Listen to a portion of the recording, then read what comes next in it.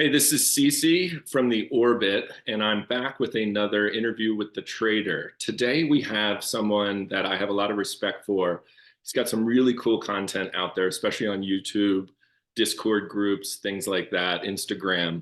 I'll mention how to follow him in later on in the show. His name's Tyler Wilson, and he is the face of OptionDrops. And what's interesting about this is we've had the first couple of guests on this program have been really zero DTE focused, credit spread trading, zero DTE, one DTE. Tyler's going to bring in a new perspective, and I'm always fascinated to get into the minds of traders and how they got there, how they arrived at their trading strategies, and what they're looking for setups and things like that. So this will be a really fascinating one. Again, with any trading style, when you're listening to another trader, obviously you have to take in your own inputs. You have to do your own research. Not everybody's time of the day matches up. Not everybody's, sort of bank accounts match up. So take all of these types of interviews and then see what you like and what could maybe apply to your own trading. So without further ado, I want to introduce Tyler. What's going on, CC? So me and CC too, like we've probably known each other for he approached me back beginning of 2022. And then we really started talking probably more throughout the summer until I started using the platform more overall. But a little bit about me, 26 years old, just turned it. But in the beginning was heavily focused more on crypto and futures overall. Slowly got into equities as I was finishing college. And it just worked better with my schedule. I think a lot of people focus more on what's the quickest way to make money. And the more I learned, the more I realized that is not what I wanted to keep my focus on. So the gears definitely switched more towards swings, companies I believe in, how to address those, and then taking advantage of opportunities in the market. That's like my biggest thing right now. And so that's kind of like what I've done with using options AI, and then ultimately moving into multi-leg options down the road as well. But I think you have to have a little bit more in the account as well. So like when I'm demonstrating a lot of this too, I'm trying to attack both situations and how to make the pivots along the way. Well, it's fascinating because you are not the first person, especially of your generation, that has mentioned their entree into trading at all was with crypto, right?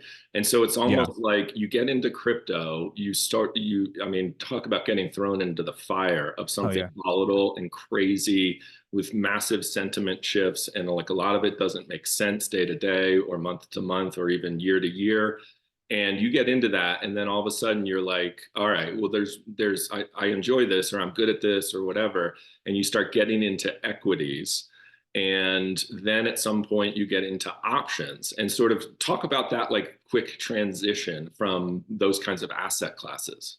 Yeah. So really too, with getting into to crypto, I was studying finance. I was like in my beginning for a few years at college. And so I always was going to go into the specific field. Definitely thrive with just competitive nature. So that's just it fit my personality. But I think it was like 2017-ish, like with the crypto boom was happening. And I'll never forget it. I think first trade ever was I bought Litecoin or something, went from $30. And by the time, and back in those days on Coinbase, when you would buy, it took 8 trading days before you could actively have that position. And Right. so within 8 days, the position went from $30 to 350. And I was like, this is wild. This is a wild west, right? And so over time, yeah, it got more from, I realized just short-term trading like that is just, it's not sustainable as far as you're not going to get crazy returns like that. It's just not it's not realistic. That's Right. once in a blue moon, like a COVID situation.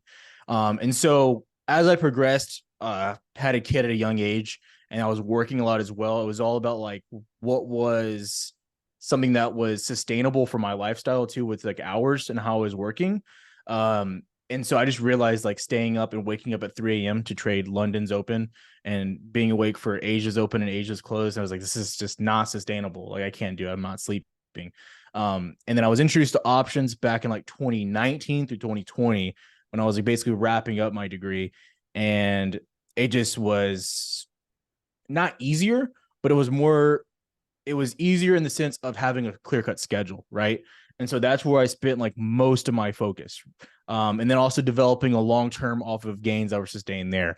But yeah, with options too, that was the big thing for me, was the ability to not have to stay in a position necessarily as long, but also the ability to cut risk and designate risk very easily. That was something that I like was able to understand, and probably like people always ask like the aha moment or whatever it was. And for me, it was definitely with risk management. Like I could clearly just do the math. If you have, a 3-4R, whatever your risk reward may be, understanding what your profitability percent has to be, like how many times you actually have to win. And so I think people like get really wrapped up on like, oh, I need to win every trade. I'm like, no, don't have to win every trade as long as I'm taking valuable trades. Yeah. I think that's something that we've talked a lot about, like with IWM recently. For great example, you came on the live stream, we were talking about it. I was like, IWM since then has run $20 almost. Yeah. In 2 weeks, right? And so it's just like finding value. And that was just something that it was really easy for me to gravitate towards. Now, granted, I've taken some really stupid trades as well. I've taken I've gotten some really risky trades out there, but that was kind of like what gravitated towards me and how I've moved into options. And I've like toyed around with futures back and forth, but I'm just like, options has always been where I've thrived, right? Well, no, what's interesting is so it sounds like it fits your personality, right? And it fits like how you wanted to trade, obviously, in the hours and things like that. But it also fit your brain a little bit. And you were looking at options. I think a lot of people look at options and they dive into it and they're like, they're so overwhelmed. There's just so much stuff. There's all the Greeks, there's all the, trying to figure out theta and it being nonlinear, all that kind of stuff. And you were looking at it and you're like, this is risk reward ultimately. And that's one of the things that I always say is that, those Greeks and all, they're very useful to some extent. Like if you were at a hedge fund or a market maker, like my old job, and you have thousands of positions across thousands of strikes and things, the only way to look at that kind of stuff is via the Greeks, right? But if you are bullish on Apple, like it is a very binary result whether your trade is going to be right or wrong. And it's about time, it's about risk reward, it's about break evens, it's about things like that. So it's something that's much easier to wrap your head around. And it sounds like you almost immediately understood that. Yeah. And like things along the lines too of where it comes like really specific with brokers, for instance, is Greeks. Yeah. I think Greeks are, if I had to like rank tiers of what's important when I'm looking at a trade, I would say Greeks are maybe like 3, right? Like now, granted, like if Tesla's a great example. Like I should have an understanding of the Greeks that are on Tesla, how drastically they're different from Apple. Right. Like trading Apple a weekly contract versus the other one. Like I might as well go a month out on Apple and protect myself. Tesla, if I trade a month out, if I move sideways for 2 days, I might be torched. Right. Like there's a difference, right? But when you look at Greeks too, I think that's another area where you find a lot of that value, right? But you just have to kind of know what to look for. But when I tell like beginning traders, like, well, the theta on this, or I might get IV crush, it's pumped. I'm like, just take a second, like look back at the expected move, and like, you gotta take a few steps back. Don't rush into trying to get all the fine print down. Yeah. But I do think that data or the data on the Greeks can really show you when you're getting a deal or when options are grossly undervalued. Right. Netflix recently was a great example. Yeah. And I think Tesla often, I've looked at Tesla. It's interesting. It's one of those things where, and I used to do, when I was doing this professionally as a market maker, I always tell this story to people. I never made money in like biotech stocks, right? To make markets in biotech stocks, you're always waiting around for something that you can't price, right? So a stock is going 5 and then it could go to 500 or it could go to 0 based upon some drug approval, right? Yeah. The math does not work. You can't really price that kind of risk, right? So Tesla's interesting to me because it sort of ends up in it goes through those periods where it makes those massive like 40% moves or whatever in one direction. And that's impossible for those market makers to price. Because if they get the volatility up, going to like the most important Greek besides delta, I guess, if they get the vol right, the vega correct, it is it might cover that next 3 weeks of Tesla trading, but they could, if that Tesla stops on a dime and just goes sideways for 3 weeks, they get wiped out because they're going to get sold at a bunch of premium that they can't scalp, right? And so it becomes that thing where when Tesla is making those moves, and I'm just using that as an example, it's almost impossible to price, and that's what you're looking for. So let's get into like some of those setups. And so, okay, so let's say you were geeked up, you were bullish, you were long a bunch of individual names, right?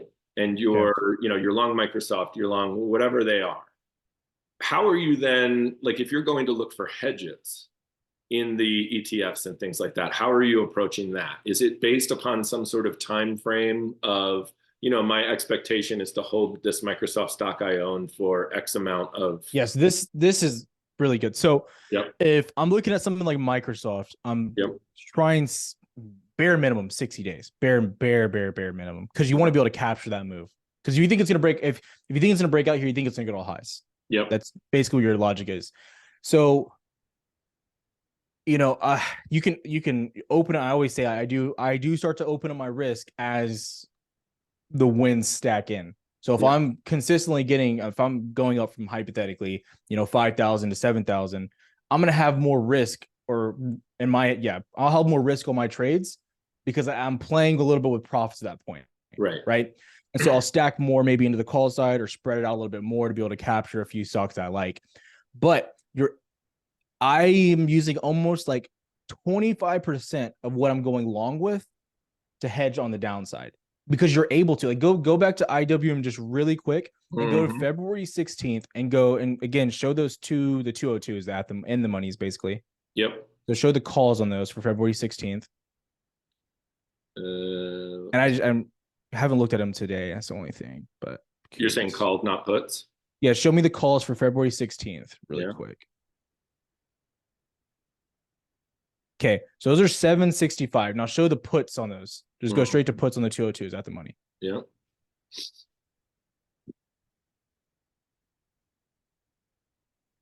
So you're getting the same. Obviously, the market's pricing in a better move to the upside. Like clearly, like just clear. I mean, granted, you're 20 cents. Just to explain how Tyler did that so quickly. Is we're looking at this max risk, right? Which is so that means this costs 580. And what were we at in the call? It was 740. Yeah, and the stock's only 20 cents above the strike, right? So you take away the extra 20%, 20 cents on the call, which is because it's in the money versus out of the money. And then, of course, you can subtract a little bit from the put because it's 20 cents out of the money. But most of this is skew, which is clearly more people are buying upside calls and they're buying calls. And for instance, show the 200s now out of the money. Because some people think if you go out of the money, then you'll make more. Okay, so on the puts. Yeah, show the 200s there. Okay. So you're only getting a $70 discount for $2 further in the money. Yeah, which means your break even is $2 lower, by the way. Exactly. Yeah. And what just proved 2 days ago with the hedge is you drop $3. You get in the money those $3. You're making it's moving like leverage. That I view it as levered stock. Right. When you're trading in the money especially when you're getting that deal. So right now that's just a clear cut that the 202s are a deal. Yeah. And so at that point, that's what I'm using to hedge. And so even though they're dated, they're still 60 days out. I mean, you tell me a contract that you move 3-4%, you make 50% on a 60-day contract. Right. It's easy to hedge. And so when I'm looking at something like Microsoft, I can look at, if you pull up Microsoft now, if you get a 5% move on Microsoft, you're not going to make 50%. You're just not especially because earnings are priced in and things along those lines. And so again, sometimes I lose people when I go down this, but it's like it's people like, well, how do you find these opportunities? Looking, it's like you're looking all day. You're spending a good part of your day looking at option chains. But if I look at Microsoft for February 16th, I think that's the day. Like about I'm probably gonna have to get above. If I'm targeting like something like look at the 400s. We'll look at the 400s. I like the 380s a lot, but we can look at 400s for February. Yeah. And they're out of the money. Yeah. So you're buying at like $6. Yeah. So, and I can just tell you by looking at those contracts, I've been staring at them for so long already. If you drop down to 370, for instance, I wish I could view the lows on the day on the contracts, but they're like, they drop down to like $5 Right. as a viewpoint. So even though IWM's low on the day is around 197 and how that's moving, and you're not guaranteed to move together. They're not guaranteed if Microsoft goes down, the IWM has to. That's just how I'm viewing the metric, because IWM's at the top of that range, near 200, which if it's going to get rejected, it makes sense that it will get rejected, right? And so by I'm the using way, all these things. Yeah, can I point out that it's funny with like the Greeks and things like that. So you mentioned 370, right? And you were saying that this would go from $6 to $5. This expected move level strike is usually around 25 deltas. And so basically 25 times 4 gets you $1 off this price, right? That's a quick way to think. And I'm getting a little bit of guessing, but it lines up. Again, like you were right. When you're looking at contracts all day, you're gonna have a good understanding. People always ask, well, how do you learn? I'm like, you only learn it by looking at them. Like, it's the only way you're gonna learn, like just doing it. And so just by looking at this, and Microsoft's too, you start getting that run where you get over 380, you start breaking highs, they're gonna move quick. They're gonna, just like they had before. So and I think you're getting a great deal on IV and how those are expected too. So that's kind of how I'm doing it. And I'll spread out between some riskier names like Nvidia, maybe I might grab a Tesla or things like that. But I usually have one base stock that's like the one that I think is going to be the big winner. Right. Previously, it's been AVGO when we had the big all-time high break there, LRCX, Netflix recently. And like now I think the deal you're getting is Microsoft. So let's say you bought this 400 call, right? Yeah. And let's say, and again, so I highlighted what we were just talking about. It's 26 deltas, right? 27 actually. Yeah. So obviously, if Microsoft started to go up before this, right, that delta would be increasing as long as it didn't take forever to happen, right? And so let's say Microsoft's up, it's 390, right? And this thing's now 35, 38 deltas or something like that. You're up money in it. Earnings hasn't hit yet. What's where are you? How long are you riding that? Do you ever spread it? Do you what's your thought process? You're up money. Microsoft's hasn't made it to your strike yet. That's another good question. So this is another thing we're kind of talking about as well. Literally on a live. So we were talking about like something like Netflix. And so we basically, me and the guy that works with me, we were basically both trading Netflix, and he had his and I had mine personally, and we were trading it. I just let mine run, right? And so he ended up closing one and then rolling one out, right? And then when we get to 500, I just had to cut. We got to hit $500 on Netflix. I was like, I got to get out. I made my money. I just like mentally, I was like, I can't watch this anymore, right? Mm-hmm. But that brings up the other side of it too, to where you can start rolling those contracts out to continue, right? So hypothetically, let's say you enter a Netflix contract at $10, it goes to $20, right?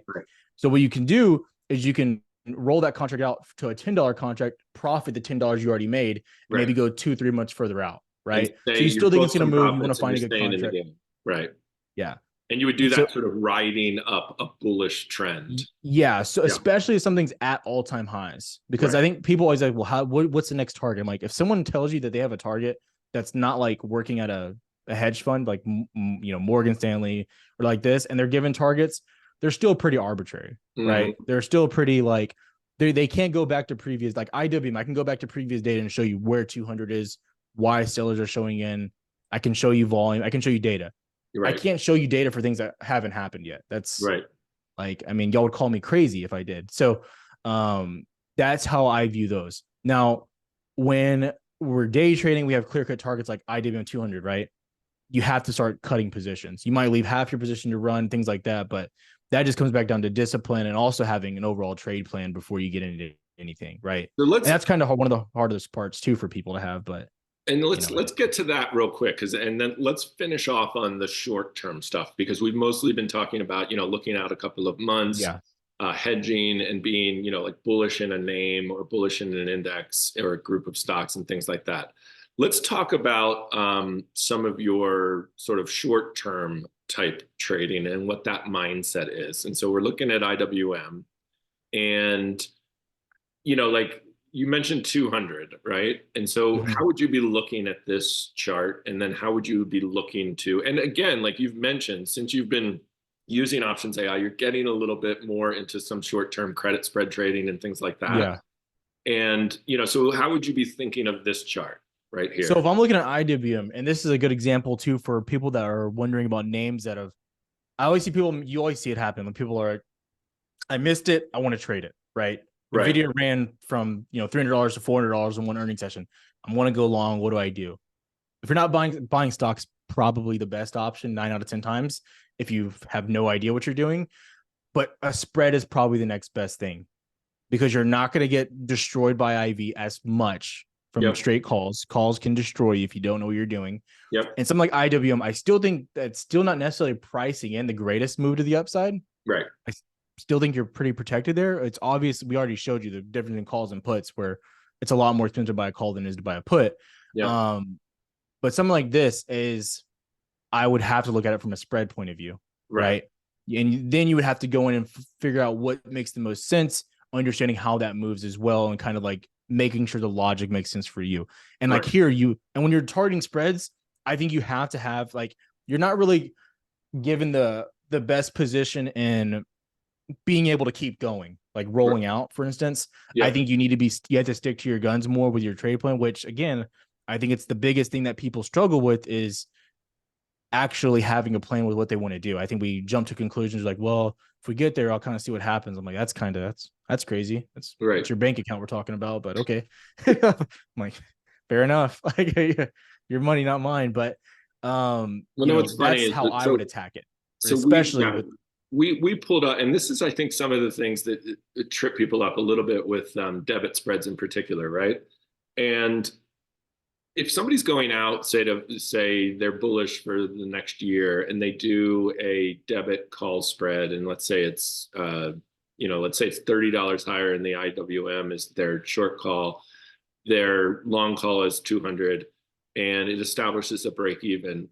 I think a lot of what trips a lot of people up is they might get an initial move and they realize that I'm not at max profit, or I'm not, I'm above my break even and I'm barely up money, and now I got to wait around for this thing. When you were talking short term, like I just pulled up like the end of the year, December 29th, the what is this? The 202, 207, right? Debit call spread. It yeah, establishes a break even $1.60 higher than the current yeah, stock. This is going to be pretty binary, and it's going to play out very quickly over the next week and a half, right? yeah, And if basically this is saying, do I think IWM is going to be above 203.81 by the end of the year or not, right? yeah. And my risk reward on that is 180 to make up to 320. It's like that's as easy as you can understand options right there. Yeah, and I do believe with this, when people are, I think if you don't know how to control or get in or out of trades as far as taking profits, I think this is the best thing you can do. Yeah. Now you're saying to yourself, well, I'll lose all of it if I don't hit it. Yep. That's okay because you're decreasing the amount you're risking significantly. Now you're Yeah. not going to make $1,000 per trade, but you're still almost at like 1.8 R. So the risk reward makes sense. Yeah. You only have to win. I think the number would be like 52% of the time based on that number. Yeah. And you don't have to you don't have to really worry too much about, trading sideways as long as you get there. That's Yeah. another And you big, don't have to watch every tick in the market either. exactly. Yeah. You're just trusting the overall plan however you decide to enter that trade. Right. Yeah. And I think people don't wrap their head around that enough. Right. Is that we think that like, okay, we have a plan, and then like, well, then you start letting, the emotion side of it come back into play, which I don't think anyone can like teach you emotions and trading. Like, Yeah. I'm not a therapist. Like people always ask me, like, how'd you conquer your emotions? Well, I'm like, well, I realize it's money and I don't like losing it. Like, Right. and I also journal a lot of what I do. So I know where my weaknesses are, what my strengths are. Yeah. So like trading weekly contracts, not my strength. I started getting emotional. Trading 3 months out, I'm a lot less emotional. Right. Right. So those are things that like are really big there. But I will say this right here, this is an interesting subject we bring here. I think this 100% is where beginner traders, I'm not saying that learn call spreads immediately if you're a beginner, but this type of metric of you either make 183 or make 300 is a lot more, like he said, binary, win or lose for you.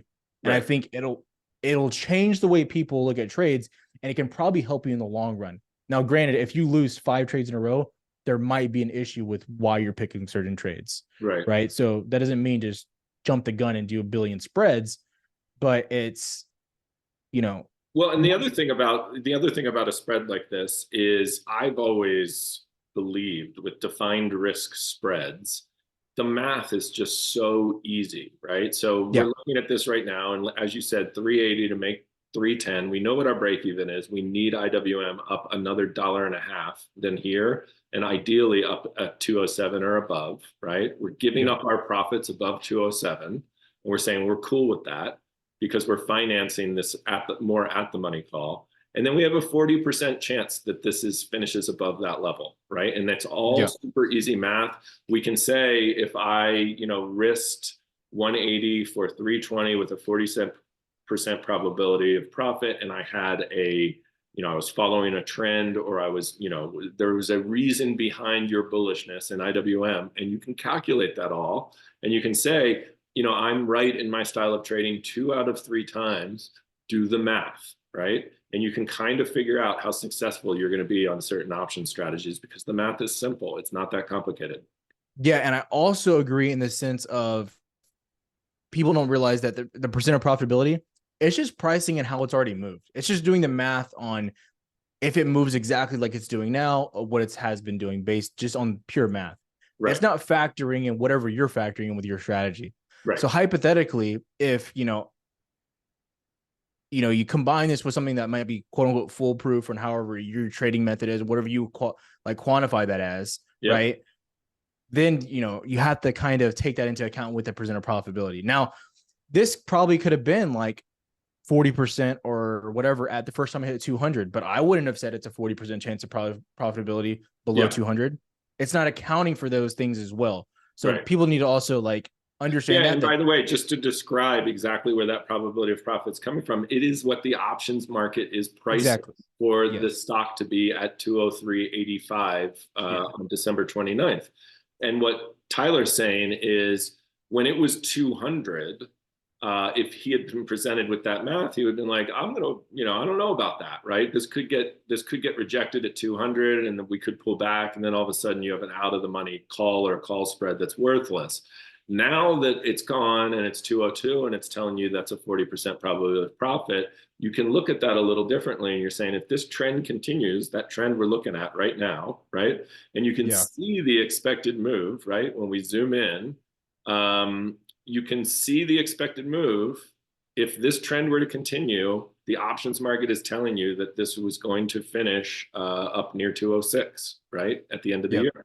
And so the options market is telling you all that up above 206. Actually, I cut off the chart. So basically 207. So the options market is saying if IWM keeps going higher, we're pricing, the options market is pricing a move to 207 at year end, right? And Yeah. that's how you're comparing your thesis, your idea, with how the options market is pricing it. Yep. Exactly. Awesome. Well, Tyler, thanks so much. I want to allow you. I think this was great stuff, and it's a particular. I think a lot of people watching these videos, they're sort of saying, they're getting into options or they're in options and they want to learn some other styles of trading. And oftentimes they're saying, you think about some of the stuff we discussed. It's how do I hedge? How do I think about that hedge? I'm bullish in a stock. How should I think about that? How should I think about my time frame? And I think it was really cool going over some of that stuff. And I want to, before we hop off, I want to give you an opportunity to talk about where people can find you.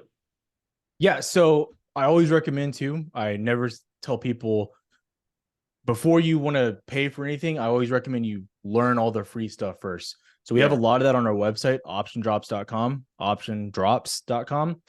So we don't sell courses or anything like that. That is all free on our website. We post that usually weekly, new stuff on there, and then also on Twitter. And that's just the easiest way for people to be able to engage with us too is on Twitter. I try to be pretty active with the followers on there. And obviously we do the daily videos on YouTube every single day as well. So those are the best ways. We try to have a lot of free content for people. That was one of the issues when I started trading or getting into it was there was no area to. I feel like every time I try to find someone, there was no way to communicate, or there was no active engagement with people. That's not to talk bad about anyone. That was just an issue that I saw. Right. And I think that that's something that we're trying to fix, or try to create a, a resolution for, right? Especially so you can see like the real side of it. Like, you're Yeah. gonna understand. I think you learn a lot more from losing than you do from winning 9 out of 10 times, at least Yeah. in my history. And so that's what I always try to present to people, and hopefully we're doing a And good job. Tyler's Twitter account is Tyler Wilson 119. Yeah, And don't there ask where the 119 came from. it was assigned to you or something. And then the option drops it's at option drops on Yeah, Twitter. just add OptionDrops. Yeah. And then I would highly recommend checking out the YouTube channel. You all are prolific in your video content Appreciate it. Yeah. production. So, I mean, how often are you making videos and you're doing Yeah, lots it's every day, Monday through Friday. Yeah. The time's usually 5, 6 p.m. Central when we post them out there. Yeah. But it's every single day, Monday through Friday. Sometimes on Sunday we'll do like a longer video, but Yeah. traditionally Monday through Friday is the days I guarantee that I'll have something out there. Unless it's a holiday. Christmas, I won't have a video for nobody, so please don't ask. Awesome. When you get All right. questions. Well, thanks for joining. This was awesome. And this is Tyler Wilson 119 on Twitter, and he's also El Jefe. Ol El Jefe, dude. Been a good Awesome. year. Thanks, Appreciate it. Tyler. See ya.